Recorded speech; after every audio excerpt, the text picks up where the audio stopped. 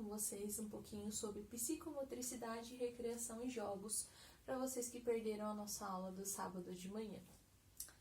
Então eu iniciei nossa aula falando um pouquinho da dinâmica do pirulito para a gente conversar um pouquinho sobre o trabalho em equipe, a importância do trabalho em equipe, né? Eu passei um vídeo para eles, que depois vocês podem acompanhar pelo material que já foi enviado, e tirar as conclusões da criatividade, de como você lidar com os problemas, do trabalho em equipe, né, a importância, e o nosso egoísmo, que na maioria das vezes a gente pretende, né, a gente quer seguir mais rápido, mas a gente precisa reconhecer que o trabalho em equipe leva a gente mais longe.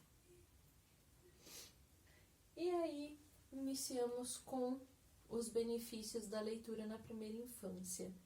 Então, eu falei dos benefícios de fortalecer o vínculo familiar, desenvolver atenção, concentração, vocabulário, imaginação, criatividade, possibilita a criança conhecer mais sobre o mundo, ajuda a minimizar problemas comportamentais como agressividade, hiperatividade, comportamento tardio, auxilia a boa qualidade do sono, desenvolve comunicação social. A gente chama, né, da primeira infância aquela que compreende o período que vai do nascimento aos 6 anos de vida. Mas independente disso, né, leitura é sempre importante. Deixei para vocês também no material a Fafá. A Fafá é uma contadora de histórias, ela tem um canal no YouTube.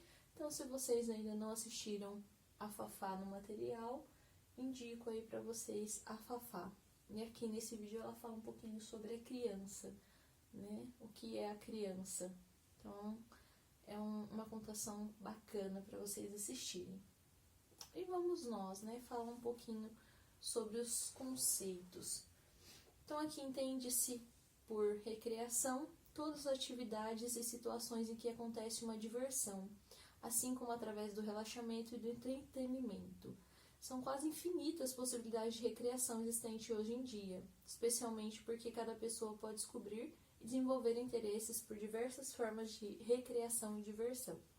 Então, isto é, os indivíduos não são todos iguais, né, ainda bem, e nem mesmo dispõem das mesmas experiências ou interesses. Então, dessa forma, cada um desenvolve uma inclinação por uma atividade recreativa. Claro que pode haver coincidências, embora também possa acontecer de que uma recreação que serve para uma pessoa não serve para outra e vice-versa, como tudo na vida, né? Então, o que seria do amarelo se todo mundo gostasse do vermelho, o que seria do verde se todo mundo gostasse do amarelo, e assim também são as atividades de recreação. Tanto que quando nós vamos num aniversário infantil, os recreadores têm que se desdobrarem, porque alguns querem brincar no pimbolim, outros querem brincar no fliperama, outros querem pular, outros querem ir para o escorregador.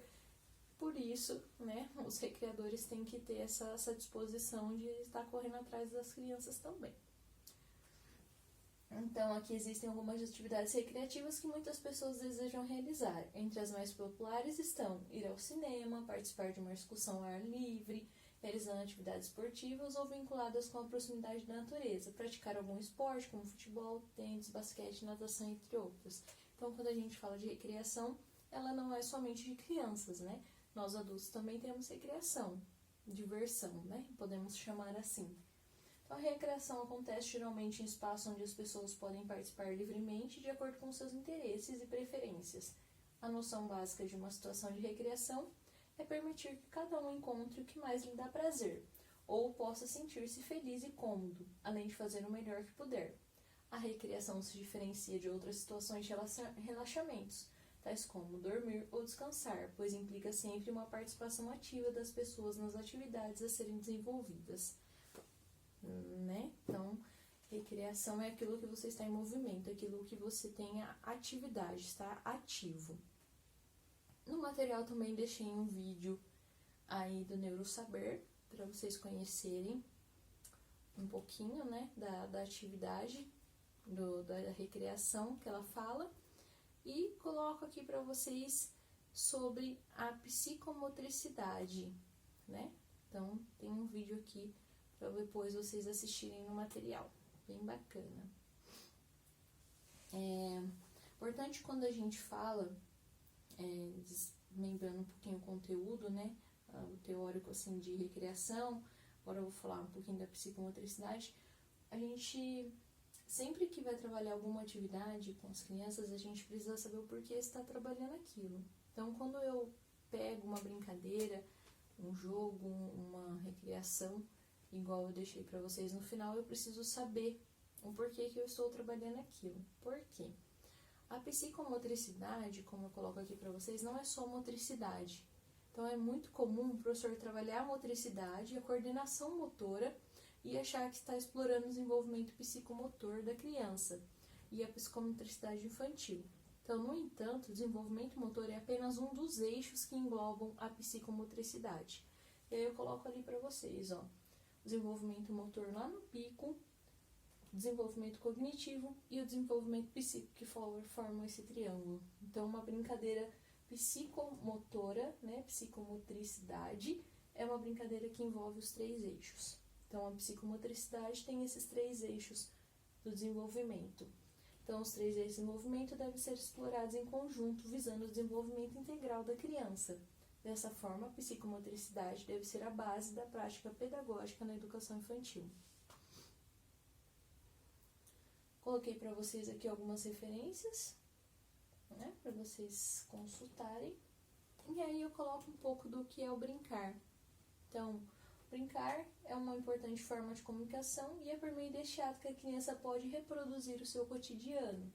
O ato de brincar possibilita o processo de aprendizado da criança, pois facilita a construção da reflexão, da autonomia e da criatividade, estabelecendo dessa forma uma relação estreita entre jogo e aprendizado.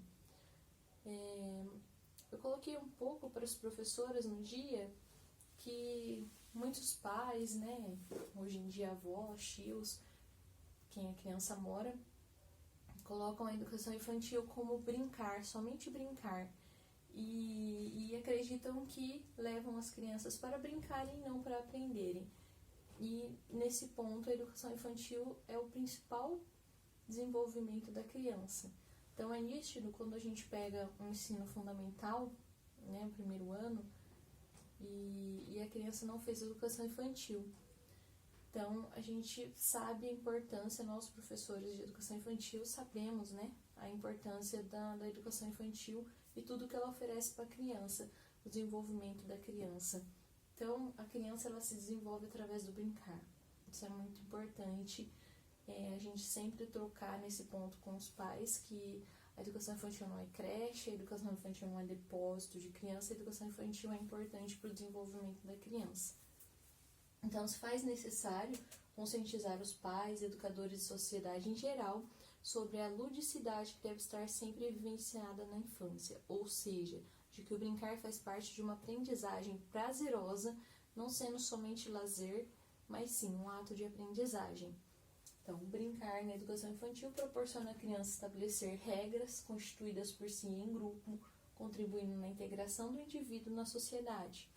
Deste modo, a criança estará resolvendo conflitos e hipóteses de conhecimento e, ao mesmo tempo, desenvolvendo a capacidade de compreender pontos de vista diferentes, de fazer-se entender e de demonstrar sua opinião em relação aos outros. É importante perceber e incentivar a capacidade criadora das crianças, pois essas constituem uma das formas de relacionamento e criação do mundo, na perspectiva da lógica infantil.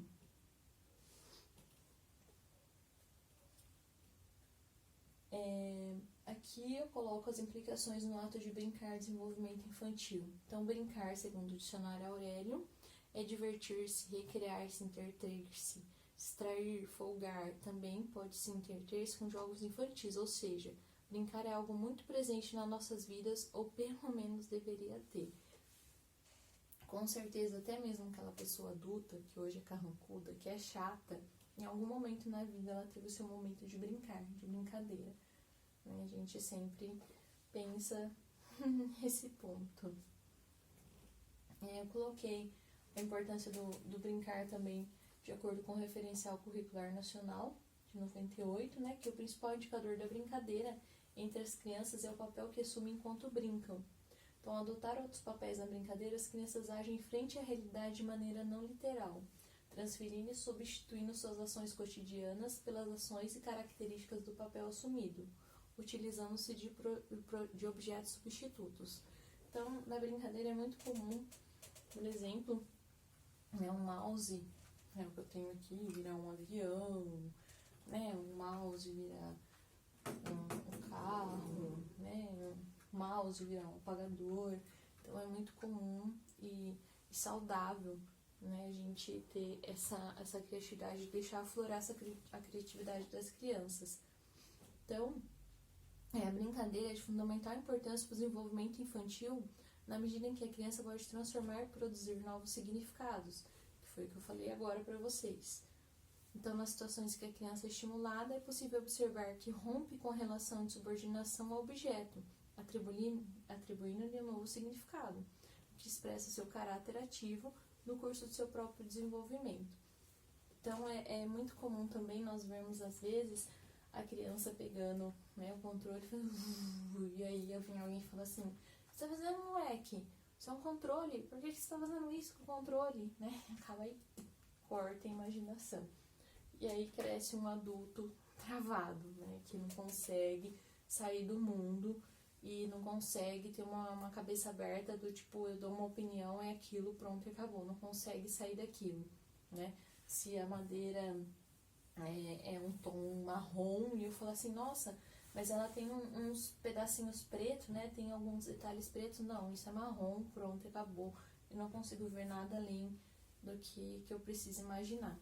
Então, precisamos ter cuidado, né, com as brincadeiras cortadas, nossas crianças também.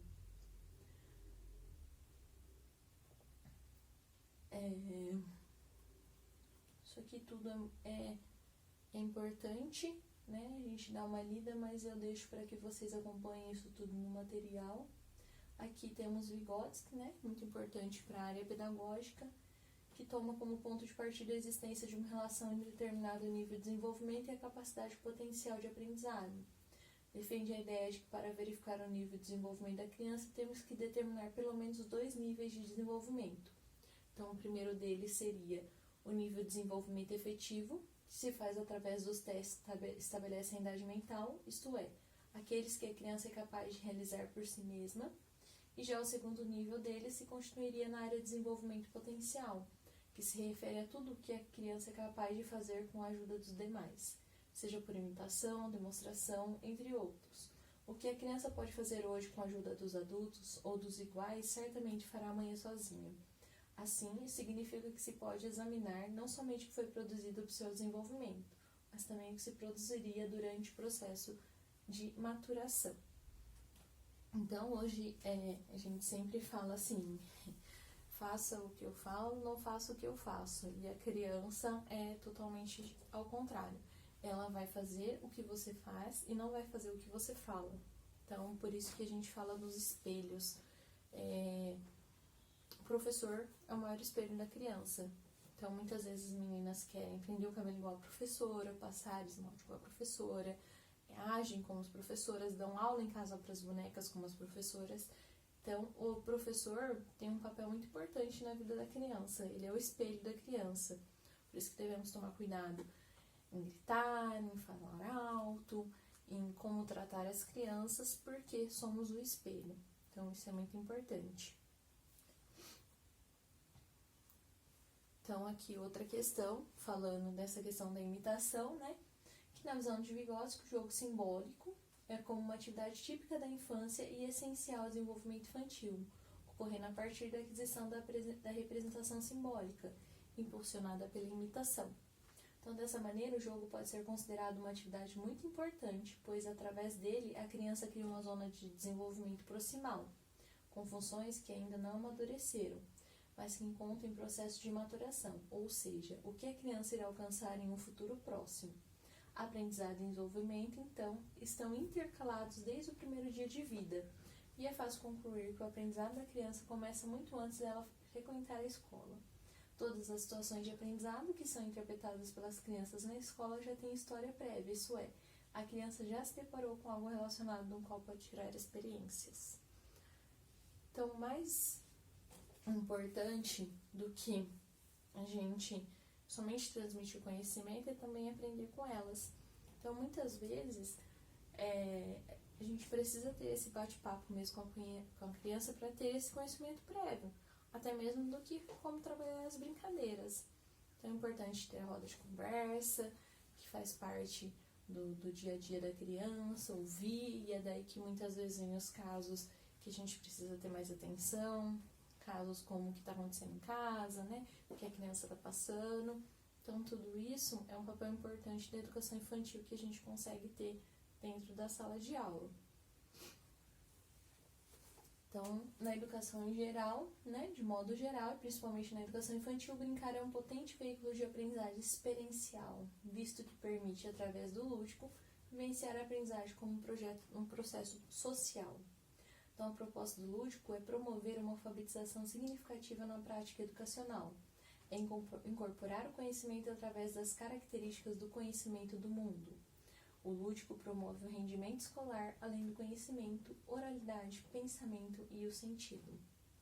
Então, para Vygotsky, o educador poderá fazer o uso de jogos, brincadeiras, histórias e outros, para que, de forma lúdica, a criança seja desafiada a pensar e resolver situações problemáticas, para que imite e recrie regras utilizadas pelo adulto.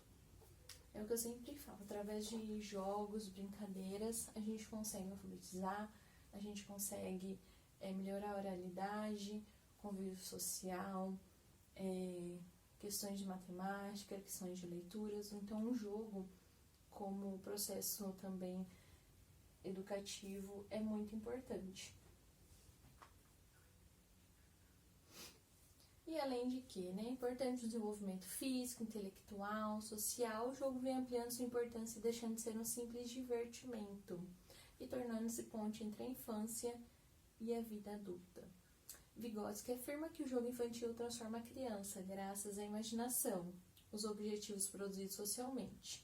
Assim, seu uso é favorecido pelo contexto lúdico, oferecendo à criança a oportunidade de realizar a criatividade, o domínio de si, a afirmação da personalidade e o imprevisível. Então, através do jogo que a gente coloca aqui, aprender a perder, aprender a trabalhar em equipe, aprender o momento certo, né, da sua vez, aprender a guardar a vez, né, esperar o amiguinho jogar para você poder jogar, aprender a usar a imaginação, aprender a ter a criatividade aflorada. Então, hoje a ludicidade é muito importante na vida do desenvolvimento infantil. É isso que a gente precisa mesmo dar essa importância, e vocês são os principais agentes realizadores dessa importância dos jogos e das brincadeiras da educação infantil. E aqui eu trago para vocês um pouquinho de Kishimoto. Kishimoto é uma importante autora de jogos de ludicidade da educação infantil. Então, segundo Kishimoto, o jogo é considerado uma atividade lúdica que tem valor educacional. A utilização do mesmo no ambiente escolar traz muitas vantagens para o processo de ensino-aprendizagem. O jogo é um impulso natural da criança, funcionando como um grande motivador. É através do jogo que ele obtém prazer e realiza um esforço espontâneo e voluntário para atingir o objetivo. O jogo mobiliza esquemas mentais e estimula o pensamento, a ordenação de tempo e espaço. Integra várias dimensões da personalidade afetiva, social, motora e cognitiva. O desenvolvimento da criança e seu consequente aprendizado ocorrem quando participa ativamente, seja discutindo as regras do jogo, seja propondo soluções para resolvê-los. É de extrema importância que o professor também participe e que proponha desafios em busca de uma solução e de participação coletiva. O papel do educador nesse caso será de incentivador da atividade. A intervenção do professor é necessária e conveniente no processo de ensino-aprendizagem, além da interação social. Ser indispensável para o desenvolvimento do conhecimento. Então, aqui, de acordo com o referencial curricular, eu coloco a citação que educar significa, portanto, propiciar situações de cuidado, brincadeiras e aprendizagens orientadas de forma integrada e que possam contribuir para o desenvolvimento das capacidades infantis de relação interpessoal, de ser e estar com os outros, e uma atividade básica de aceitação, respeito e confiança, e o acesso pelas crianças aos conhecimentos mais amplos da realidade social e cultural. E aí, a gente coloca aqui que o educador é a peça fundamental nesse processo, né? Porque ele que vai ser o principal condutor da brincadeira, do jogo, né, na recreação. Então, nada mais importante do que ter esse conhecimento mesmo da importância do jogo, da atividade lúdica na educação infantil.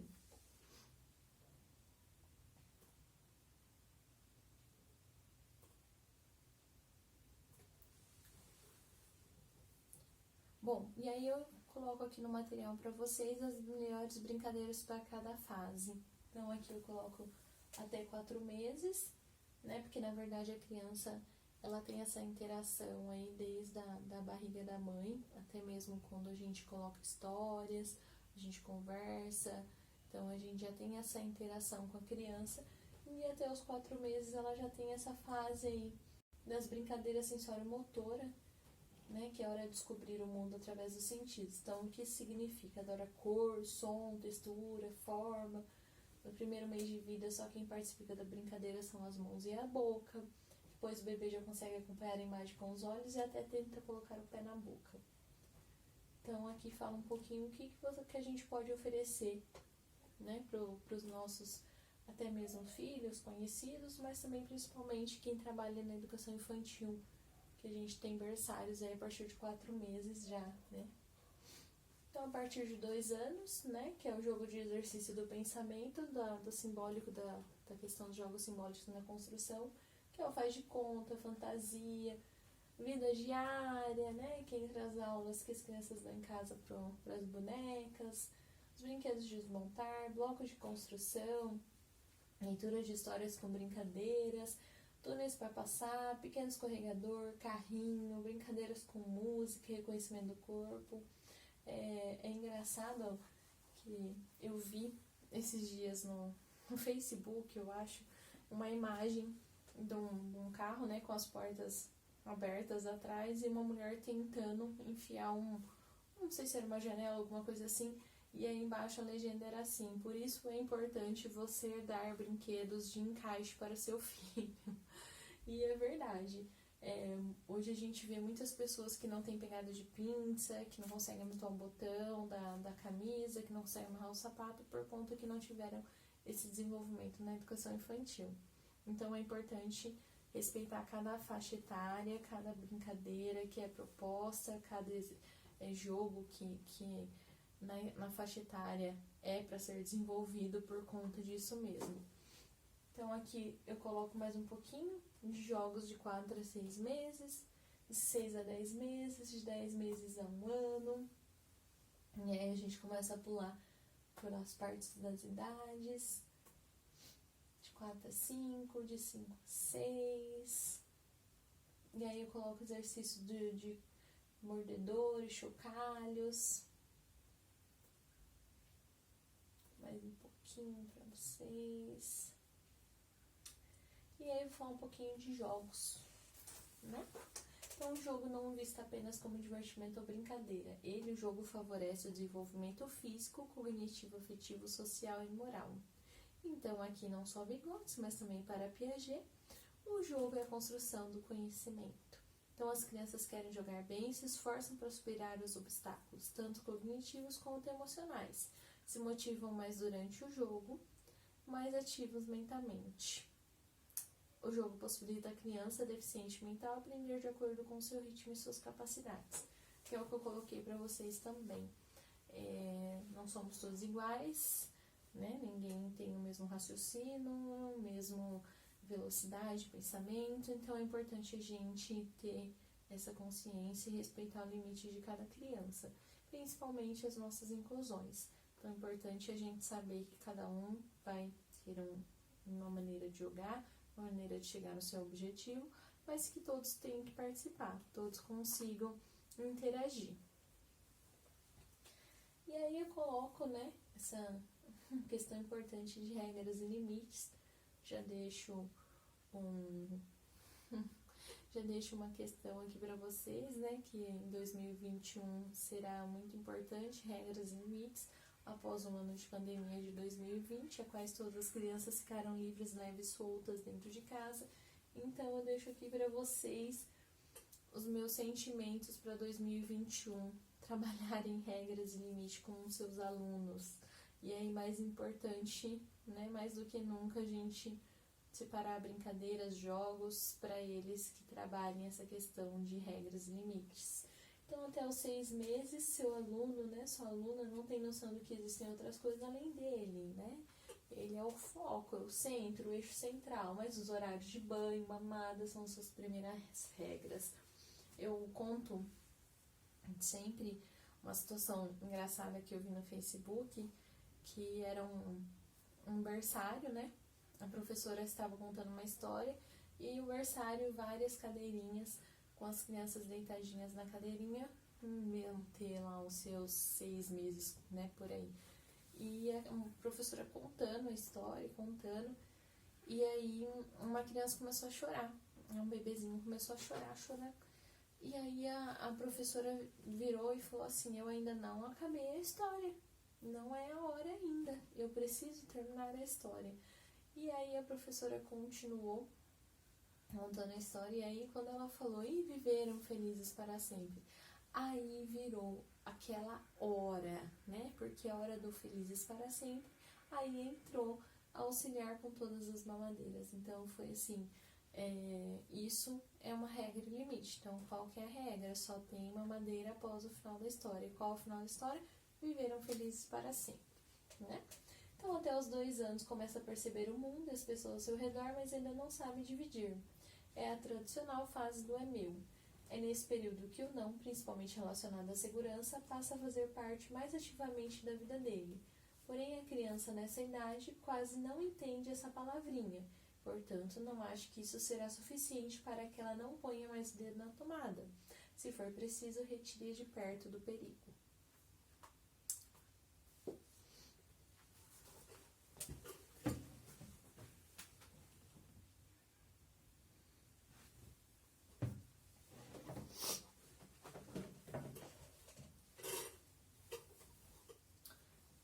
Conviver com a imaginação de seu filho. Seu filho, seu aluno, né, da sua aluna, seu sobrinho, né, seu neto, dependente. Então, criar e fazer cumprir-se as regras, como não bater com a espada, por exemplo, é crucial para o bem-estar de seu filho, e o seu também. Mas, quando possível, deixe vivenciar um pouco suas fantasias mais extravagantes. Se você sempre ficar privando, não bate, não corre, não faz, não, é aquilo que eu falei. Você está privando ele, né? E vai ser vai crescer um adulto retraído, um adulto que não.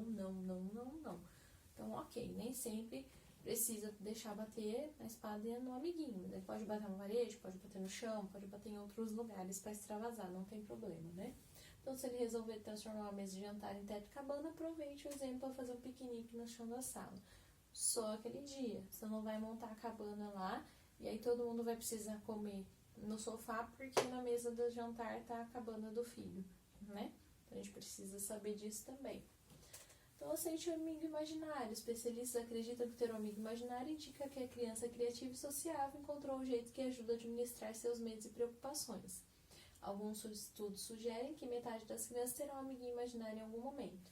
No entanto, é preciso de atenção. Se começar a culpar o tal amigo imaginário por algo que fez de errado, está na hora de trazê-lo à realidade. Então, você não precisa acusá-lo de mentir, mas não deixe o erro passar. Então, faça com que seu filho, seu aluno, né, junto com um amigo imaginário, corrija a situação. Então, hoje em dia é muito comum, né? Quem fez isso? Aí mostrar no Facebook. Foi a Flora é a cachorrinha. Quem fez isso? Mamãe, não fui eu. Foi um gatinho, né? Então, sempre tem esse passado aí de estar passando a culpa para outra pessoa, e sempre no vídeo eu vejo as mães fazendo a correção. Não foi, né? Foi você. Então, curta situações inesperadas, né? Se o seu filho, ou até mesmo chega algum, né, aluninho lá na creche, escolhe roupa do ano, e pelo 3º dia seguido você pode sem saber o que fazer. Afinal, adultos costumam impor um limite rígido entre comportamento público e privado. Suas pantufas de coelhos não são muito legais em casa, mas não em restaurante. Mas criança não pense assim. Então lembre ele que tem noção de limite, ainda ele não tem, né, essa noção de limite. E que olhando a situação de longe, uma roupa de herói e fantasia não é algo que merece muita preocupação, né? Mas também não precisa que ele vá todos os dias com roupa de fantasia para a escola. Precisam ter este limite. Então, um momento muito importante do desenvolvimento integral da criança, e a gente pode ajudar ele, né? O correto seria vir de casa, mas como a gente sabe hoje, muitas vezes a maior educação, né? A gente fala que o educador da educação infantil, ele não é pai e mãe, mas muitas vezes ele faz esse papel, né? Então, assim, procure falar de forma mais clara, correta e possível, se pedir algo por gesto, faça o que ele diga o que quer. Dê a ele apenas pequenas tarefas, como buscar o sapato, pegar a bola e tirá-lo. Pergunte qual o seu nome, mesmo que não responda pouco a pouco fará. Peça que mostre onde está seu nariz, boca ou outra parte do corpo. Isso também pode ser feito por um boneco, né? A gente trabalha isso na educação infantil. Então, quando passear com ele, fale sobre coisas que vocês veem. A gente faz esse reconhecimento na escolinha, né? Desce com a criança, vai conhecer o pátio, vai conhecer as árvores, os bichinhos que tem. Então, faça com que ele preste atenção ao redor. Mostre para ele livros de história, foto, revista, fala sobre personagens, objetos, animais que aparecem. Então, peça que imite os sons dos objetos animais, como por exemplo tic-tac, piu-piu, né? Au-au. Aproveite os momentos para contar histórias curtas e simples, porque o tempo de concentração é pequeno. No começo eu falei com a turma também a respeito dessa questão da contação, a gente ia aumentando o tempo, né? Hoje eu li uma página, aí uma página, uma linha, né? Uma página e meia, até a gente conseguir esse momento da gente conseguir ler 2 páginas ou até mesmo um pouco mais, né? Então, estimule a criança a construir uma torre com 3 elementos, utilizando caixas ou latas de tamanho pequeno, médio e grande. O mesmo pode ser realizado com blocos de madeira ou plástico. E aqui eu deixo algumas atividades de brincadeiras e jogos para vocês. Então, mostrar o objeto, fechar os olhos, dar um objeto diferente para reconhecer e depois entregar o certo. Copiar modelos de forma simples, então muito bacana. Aqui tem várias figuras, né? Muitas vezes feito em papel cartão, né? Que depois a criança passa em cima. Aqui uma atividade muito importante, que é a amarração dos sapatos. Então, só o momento dele enfiar no buraco, isso já faz com que essa atividade já tenha uma concentração, uma pegadinha de pinça. Aqui, prender pregadores na beira da caixa, fazendo brincadeira. Pode escrever as letras do alfabeto ou números para as crianças encontrarem os iguais, ou pintar com diferentes cores e fazer o mesmo. Fazer carinhas e colar em balões. Tirando a parte que hoje, né, a gente vive no mundo de botox, de cirurgias plásticas, né? Então, tem criança que fala assim, hoje eu tô triste, né? Hoje eu tô feliz. Ai, hoje meu cachorro morreu. E é sempre a mesma expressão. Então, o que é importante, né? A gente fazer. Hoje eu tô triste, eu preciso saber o rosto, como é a minha expressão de triste. Estou feliz, estou muito feliz, né? Então, eu preciso ter essa questão das expressões também, né? Aqui, esconder os objetos nas massinhas de modelar, depois achar com os dedos em pinça. Essa atividade que antes era muito prazerosa e que agora já fica mais difícil de ser realizada por conta das alergias. Então, hoje a gente tem alergia de leite, alergia de corante, né? Alergia de glúten. Então, acabou que ficando para trás. Aqui, uso de dedos para fazer figuras com tinta. Então, ensinar o movimento zigue-zague através de corridas com obstáculos. Colagem aí de pequenos botões, semente.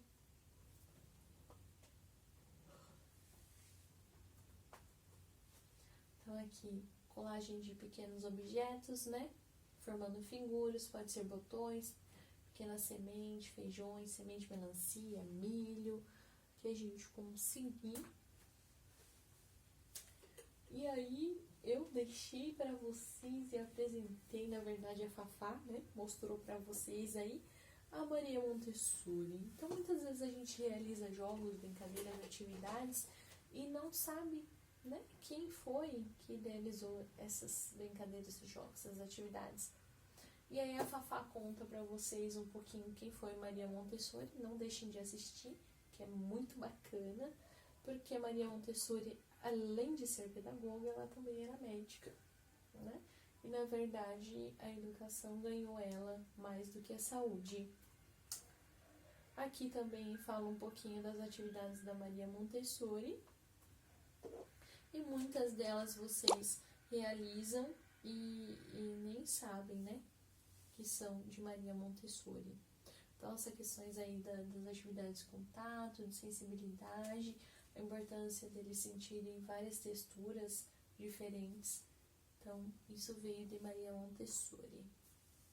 Aqui eu deixo uma atividade para vocês, dos pezinhos coloridos, né? De jogar o dado e fazer os pezinhos coloridos, bacana. Assistam um vídeo no YouTube. Finalizo com uma atividade de balangandã. Então, o que eu quero deixar aqui para vocês? A importância dos jogos, nas questões de termos, limites, regras, de trabalharmos várias coisas com as crianças, assim, que são importantes. Inúmeras brincadeiras de psicomotricidade, inúmeras brincadeiras de motricidade, inúmeros jogos, inúmeras questões de recreação, porque a recreação é o momento mais livre, né, que não tem regra, que não tem uma questão de você seguir. Então, balangandã é uma dessas atividades que a gente trabalha com essa questão das cores, da montagem do balangandã e de ser livre, né, dos movimentos. Então, eu coloquei aqui que o objetivo é envolver coordenação motora na hora da brincadeira, porque ele precisa rodar, né? Então, com o cordão, o balangandã é girado, dando movimento e cura o brinquedo. E eu deixo para vocês aí também uma mensagem muito bacana de ser professor, do friozinho na barriga de ser professor. Queria muito ter tido vocês com a gente na nossa aula, né, que foi no sábado. Peço desculpas pela demora no envio do vídeo, mas teremos outras oportunidades com certeza. Se não na educação da UniPiaget, acredito que na vida como educadores. Deixo um grande beijo para vocês.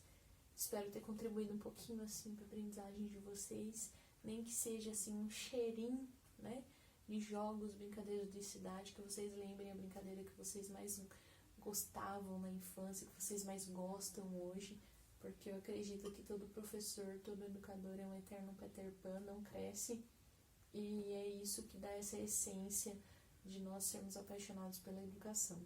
Então deixo aqui um grande beijo para vocês e até a próxima.